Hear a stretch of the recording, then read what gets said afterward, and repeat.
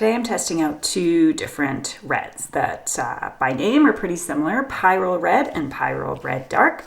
I've had both of them for quite a few years. I've had them on my shelf just sitting there. When I first got them, I used them quite a bit. This fluid acrylics, it's getting pretty close to empty, and this one is probably 2/3 used. But I bought them and used them back when I didn't really understand color mixing and how different undertones mix with other colors to get the color that you actually want. So they've kind of been sitting there, and I thought today would be a great day to take a closer look at them, see if they're something that I want to keep using in the future. Would they replace one of the colors that I'm using pretty much primarily on my palettes? Are they useful for certain types of paintings? That sort of a thing. So, Pyrrole Red, this one, both of them are golden, but the Pyrrole Red is a fluid acrylic. That just means it's a bit more of a liquidy base than the heavy body. They both have a ton of pigment, so that won't affect the tests here. Pyrrole Red itself is pigment PR254. It's a synthetic pigment. The pyrroles were basically invented in a lab. I believe in the 90s, although I've heard maybe as early as the 70s, some of the early pyrroles came out. Pyrrole Red is kind of interesting because it's called Ferrari Red by some people because it was used to paint Ferraris for a few years. Not the golden paint specifically, but the same pigment was used for a few years of Ferraris. So it's a very, very classic red. I'd say it's just a little bit warm when it comes to color temperature. Now, Pyrrole Red Dark, it's a different pigment. It's PR264, and it can go by different names depending on the paint manufacturer. It could be Ruby Red, which is an apt name because I'd say looks like a ruby red. Sometimes it goes by Crimson Lake, sometimes it goes by Carmine Hue. It's pretty common with paint manufacturers that they might use more of a custom name than what the actual pigment name is. Now, to test out how these would work in a painting, I'm doing a lot of color mixing tests. So let me just zoom out just a little bit here. No, zoom out. Here we go. And so I'm using all artist quality paints in my tests. So warm and a cool yellow, warm and a cool red, warm and a cool blue. And then I have 3 secondary colors: sap green, hue, dioxazine purple, and vat orange. And then I use titanium white because that can really help kind of reveal some of the undertones. Now, I have Pyrrole Red Dark, or Pyrrole Red and Pyrrole Red Dark, and I did mix them with 2 different reds. You're not going to see a dramatic difference when I show you the mixing sheet. So now let me clear this all off, and I'll grab the mixing sheet. Let's start by showing, I'm just going to reveal a bit at a time, show the actual colors. So Pyrrole Red, that's it straight out of the tube. I put a little bit over the line on the paper just to show the transparency. So it's quite transparent. Pyrrole Red Dark, as the name says, it's a little bit darker. It's also quite transparent too. Maybe not quite as much as the Pyrrole Red, but pretty close. And as you can see, as I've added titanium white, you can kind of get to see maybe the undertones of it a little bit better. You can see that Pyrrole Red is definitely warmer than the Pyrrole Red Dark. You can see Pyrrole Red Dark just leans a little bit blue. And we'll see how that shift affects the different color mixes. So here are the 2 yellows. So Hansa Yellow Lemon is our cool yellow, and Cad-Free Yellow Medium is our warm yellow. And I would say because of the transparency of both of these, the Hansa Yellow Lemon leaning version, so everything in this column is a lot of the yellow, and this column is a lot more of the red. So the ones that have a lot more of the yellow, very, very transparent. Yellow is notorious for being a transparent color. The Cad Medium, or Cad Yellow, is more opaque. Cadmium paints, and this is one that mimics a cadmium paint, is known to be more opaque, and you can definitely see the difference. Now, mixing wise, when I used a lot of the red, I noticed that the Pyrrole Red Dark is a bit stronger when mixing than the Pyrrole Red, and so you'll notice as I go down that this column isn't as strong, even though there's a lot of red in it.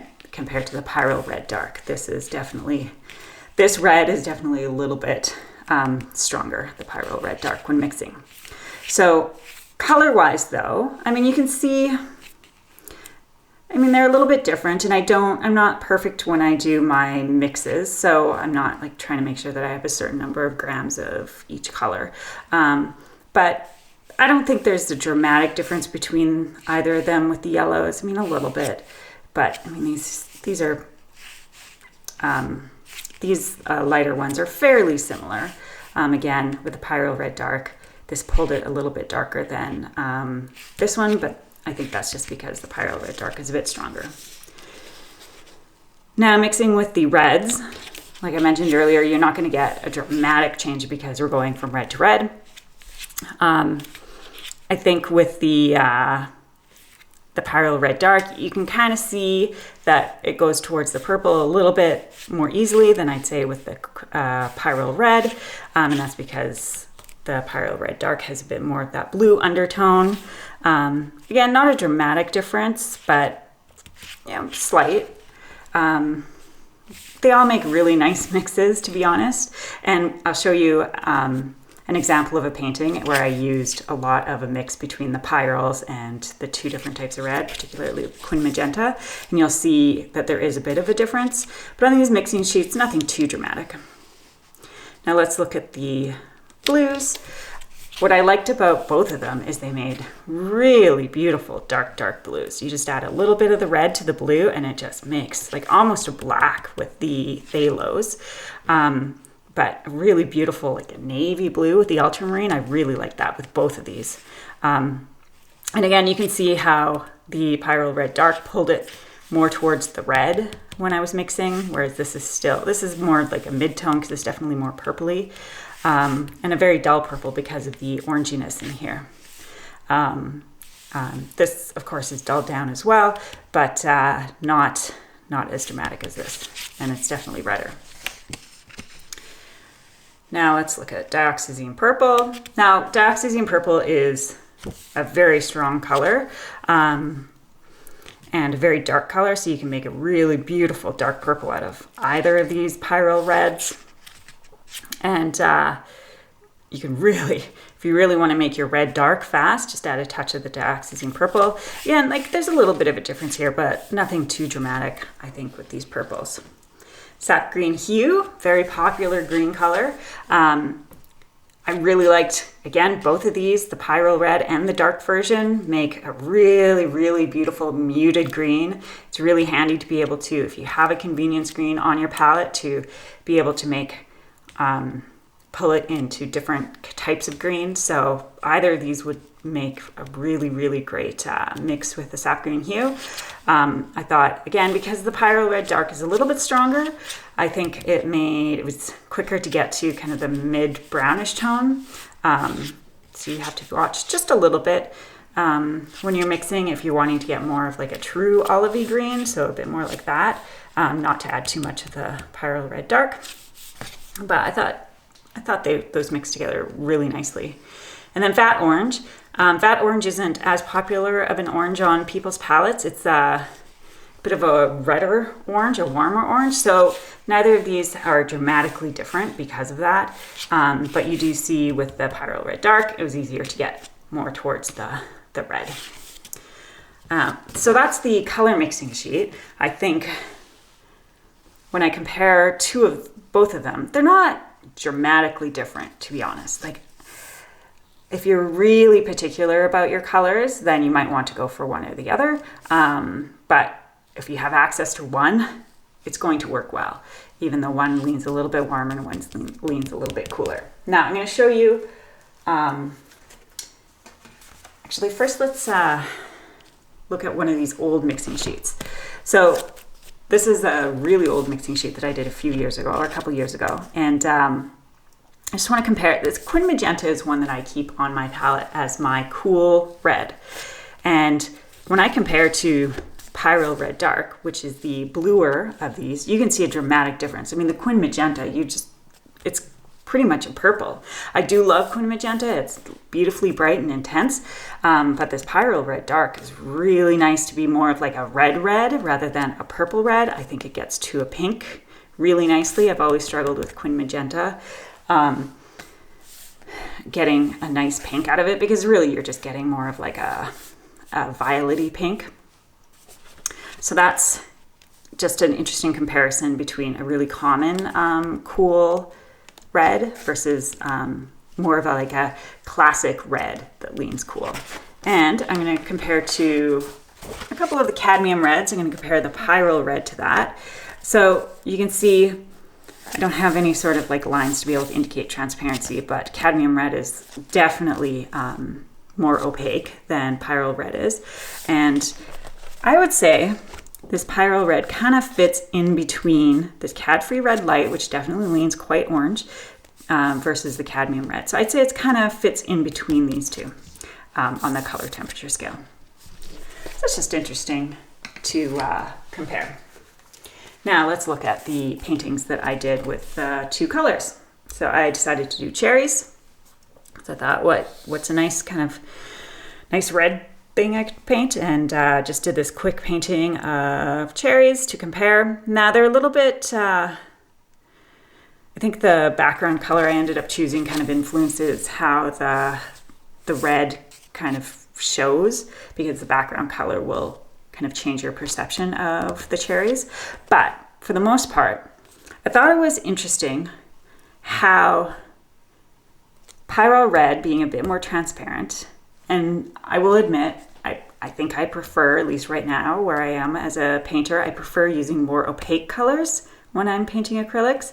But Pyrrole Red, because of its transparency, really allowed some of my underlayers to glow through. I did a lot of kind of the dark purple, so I used a lot of dioxazine when I was painting this.